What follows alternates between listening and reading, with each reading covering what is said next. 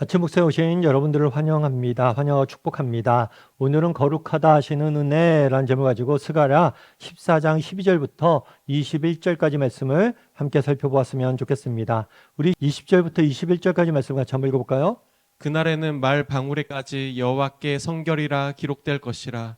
여호와의 전에 있는 모든 솥이 제단 앞 주발과 다름이 없을 것이니 예루살렘과 유다의 모든 솥이 만군의 여호와의 성물이 될 것인즉 제사 드리는 자가 와서 이 솥을 가져다가 그것으로 고기를 삶으리라. 그날에는 만군의 여호와의 전에 가나안 사람이 다시 있지 아니하리라. 네. 우리가 계속해서 스가랴 선지자의 말씀을 살펴봤죠. 그래서 오늘이 마지막 스가랴 선지자의 말씀입니다. 어제 오늘 우리가 스가랴 선지자의 14장, 스가랴 14장을 살펴보고 있는데 스가랴 14장은 마지막 날에 대한 비전, 그러니까 마지막 날에 완성될 하나님 나라에 대한 비전에 대해서 다루고 있어요. 어제는 마지막 날에 하나님 나라가 되면 어떻게 되냐? 새 하늘과 새 땅이 열리게 될 것이다 라고 이야기하죠. 그래서 우리가 지금 살아가는 이 세상의 모든 것들은 사라지게 될 것입니다. 어제는 나눴지만 우리가 살아가는 이 세상은 정상적인 세상이 아니에요. 죄로 인해서 왜곡되어지고 죄로 인해서 파괴된 세상. 그래서 이 세상의 모든 것들이 사라지게 될 거예요. 그리고 우리는 새 하늘과 새 땅에 거하게 될 겁니다. 이 새 하늘과 새 땅은 완벽한 땅이 세상이 될 거예요.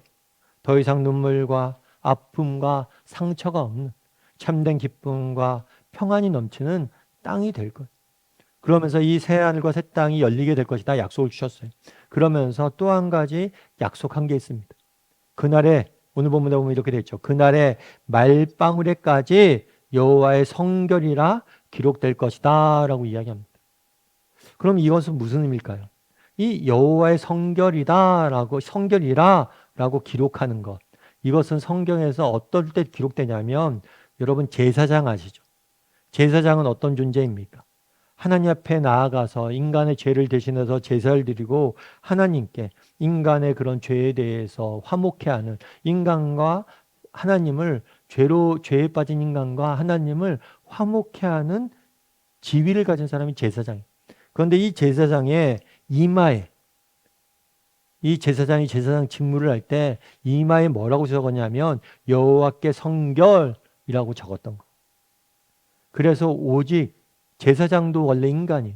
그런데 이 제사장이 인간이고 이 제사장도 죄인이지만 제사장만 구별해서 정말 깨끗한 자처럼 하나님 앞에 나갈 수 있는 유일한 그런 제사장 직무를 감당할 때는 역할을 맡았던 거죠.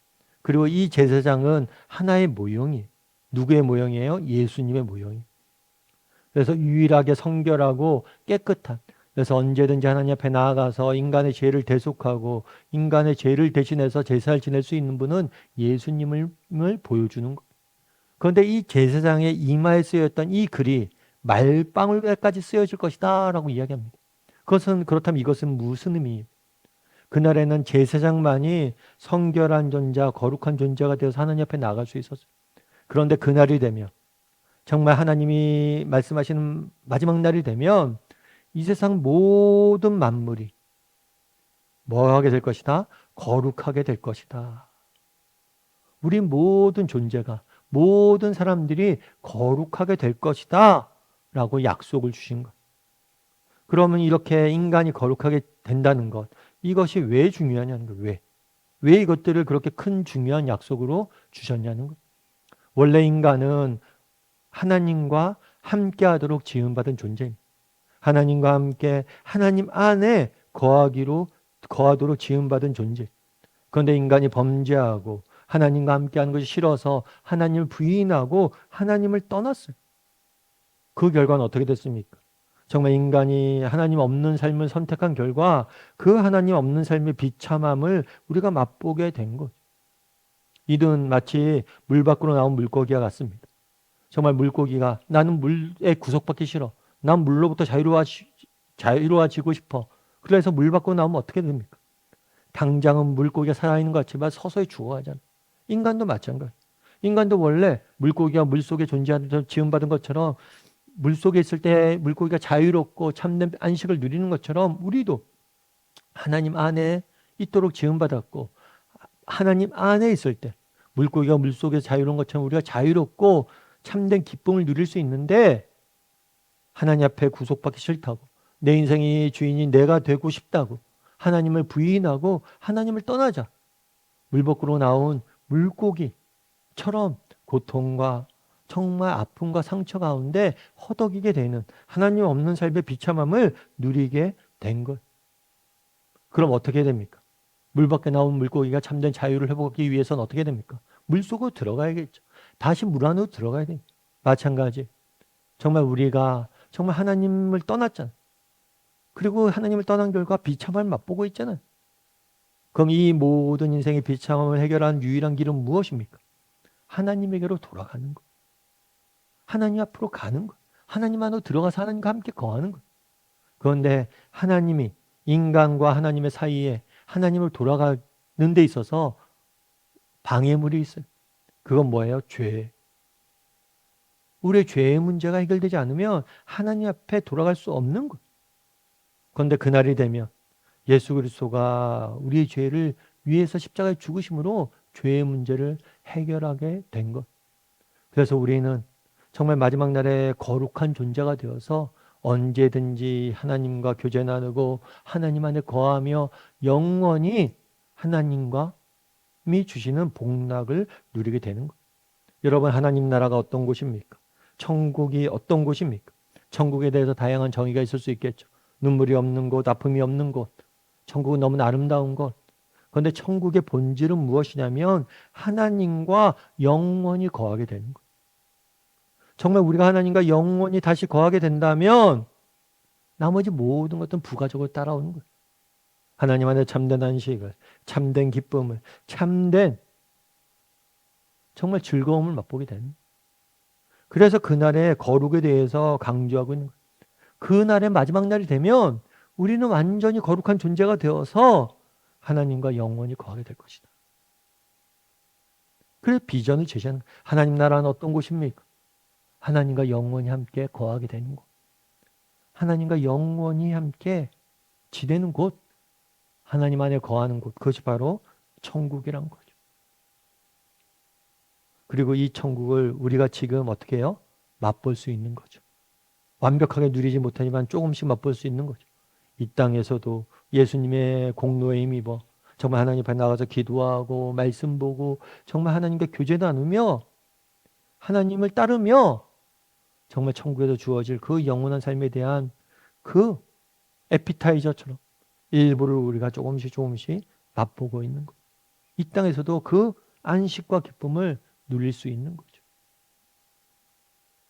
그래서 스가랴 선지자가 마지막으로 준 환상을 통해서 준 비전은 무엇입니까? 언젠가 하나님 나라가 완성되어지면 너희가 영원히 하나님과 안에 거하게 될 것이다. 그리고 그 날을 바라보는 사람으로서 우리가 해야 될 일은 무엇입니까? 이 땅에서 하나님과 더 가까이 나아가고 하나님과 교제 나누고 하나님 안에 거하려고 노력하는 것. 그것이 그날에 대한 소망을 가지고 살아가는 이의 뭐예요? 사명이란 거죠. 여러분, 프로렌스 체드윅이라는 분이 있습니다. 이분은 수영 선수예요. 특별히 수영 선수인데 여성 선수이고 보통 수영이 아니라 바다 수영을 하는 선수예요. 그래서 이 선수 같은 경우에는 여성으로서는 최초로 영국 해협을 건넜던 분이에요. 그래서 이분이 한 번은 어떤 도전을 했냐면 미국의 캘리포니아 쪽에 카탈루나 해협이 있어요. 이 해협을 수영을 통해서 건너는 그런 도전을 한 거예요. 그래서 처음에 준비를 열심히 해서 도전을 했어요. 근데 처음에는 1차 도전 때는 실패를 했습니다. 근데 실패했을 때 너무 안타까운 건 뭐냐면 결승선이, 그러니까 해안가, 바다에서 이렇게 해안가로 이렇게 들어오는데 이 해안가 마지막 도착 지점에 채 500m도 남지 않았는데 포기한 거예요. 수킬로를 수영해서 왔던 선수가 겨우 500m 못 가서 포기한 거예요. 그래서 물었어요. 왜 배선생이 코앞에 있었는데 포기했습니까? 뭐 몸에 이상이 생겼습니까? 아니면 어떤 어려움이 있었습니까? 그랬더니 그분이 뭐라고 얘기했냐면 제가 포기한 이유는 한 가지였다. 그건 뭐냐면 안개 때문에 그랬다. 왜요? 안개 때문에 앞이 보이지 않는 거예요. 결승선이 보이지 않는 거예요. 그러다 보면 결국엔 포기할 수밖에 없었다는 거예요. 그래서 그 다음에 도전할 때 뭘 했냐면 앞이 보이지 않아도 보는 훈련을 했대. 앞이 보이지 않아도 거리 감각을 갖고 이 정도 가면 어디 정도 있을 것이다. 이것들을 이미지 메이킹을 하는 훈련을 했다는 거예요. 우리도 마찬가지예요. 여러분, 우리 인생을 무너뜨리게 하는 게 무엇입니까? 보지 못하는 거. 무엇을 보지 못하는 거예요? 결승선을 보지 못하는 거. 스가랴 선지자를 통해서 마지막에 왜 하나님 나라에 대한 비전을 가지고 끝냅니까? 왜 비전을 보여줍니까? 그 당시 이스라엘 백성들은 직면한 문제가, 현실적인 문제가 많았어요. 고향에 돌아왔지만 여전히 성전도 재건해야 되고, 여전히 이방 민족의 압박도 있고, 여전히 내적인 문제들, 부패의 문제들도 많고, 현실적으로 처리해야 될 문제들이 너무 많았어요. 그런데 얘기하고 싶은 게 있어요. 정말 중요한 게 뭔지 아냐? 너희가 도착점을 보는 거다. 너희가 어디로 가고 있는지를 아는 거다. 그리고 너희에게 무엇이 기다리고 있는지를 아는 거다. 바라기는 정말 우리 다음의 식구들이 바라볼 수 있었으면 좋겠습니다. 정말 우리에게 약속되어져 있는 하나님 나라, 언젠가 우리가 들어가게 될 하나님 나라, 그곳에서 우리가 영원히 하나님과 함께 거하게 될 그 은혜, 그것들을 바라봄으로 오늘 이 땅을 살아가는 저나 여러분이 되기를 주님의 이름으로 소원합니다. 우리 함께 기도했으면 좋겠습니다. 기도하실 때 오늘 말씀 기억하면서 기도했으면 좋겠습니다. 그동안 스가랴 선지자를 통해서 정말 주신 말씀에 대해서 배웠습니다. 특별히 스가랴 선지자는 마지막에 하나님 나라에 대한 환상으로 끝냅니다. 정말 우리가 이 땅에서 처리해야 될 수많은 문제들이 있었지만, 그들이 이스라엘 민족들이 직면한 문제들이 있었지만, 정말 중요한 것은 우리에게 약속되어져 있는 하나님 나라를 바라보는 것임을 알려주기 위함이었습니다. 우리도 마찬가지입니다. 정말 우리가 정말 이 땅을 살면서 처리해야 될 많은 문제들이 있습니다. 하지만 보다 시급하고 중요한 문제는 우리에게 궁극적으로 돌아갈 마지막 하나님 나라, 그곳을 바라보는 것. 그래서 늘 하나님 나라를 바라보고 우리에게 약속되어져 있는 새하늘과 새 땅을 바라볼 줄을 아는 사람이 되게 해달라. 영원히 하나님 안에서 거하게 될 그날을 소망하는 사람들이 되게 해달라. 그 소망을 잃지 않게 해달라고 시한 목소리 같이 기도하도록 하겠습니다. 같이 기도하시겠습니다.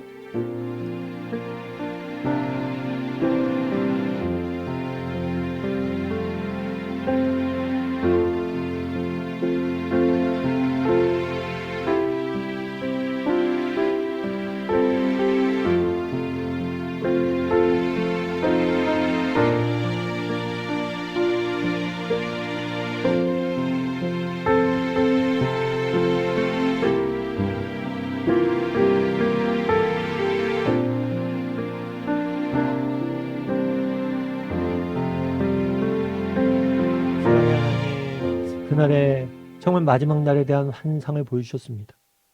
마지막 날에 하나님 나라에 우리는 들어가게 될 것입니다. 그것은 어떤 곳입니까? 우리가 하나님 안에서 하나님과 함께 영원히 거하는, 하나님과 영원히 함께 있는 그곳이 될 겁니다. 그날에 대한 소망을 잃지 않게 도와주시옵소서. 그날에 대한 소망을 가지고 이 땅에서도 날마다 하나님과 동행하며 살아가게 도와주시옵소서. 아버지, 우리에게 필요한 것은 그날을 바라보는 것임을 믿습니다. 마지막 날을 날마다 바라보고 우리가 들어가야 될 새하늘과 새 땅을 바라보므로 오늘을 다르게 살아가는 우리 모두가 될 수 있도록 주여 은혜를 더하여 주시옵소서. 하나님이 오늘도 우리와 함께 좀 있사오며 모든 말씀 예수님의 이름으로 기도드립니다. 아멘.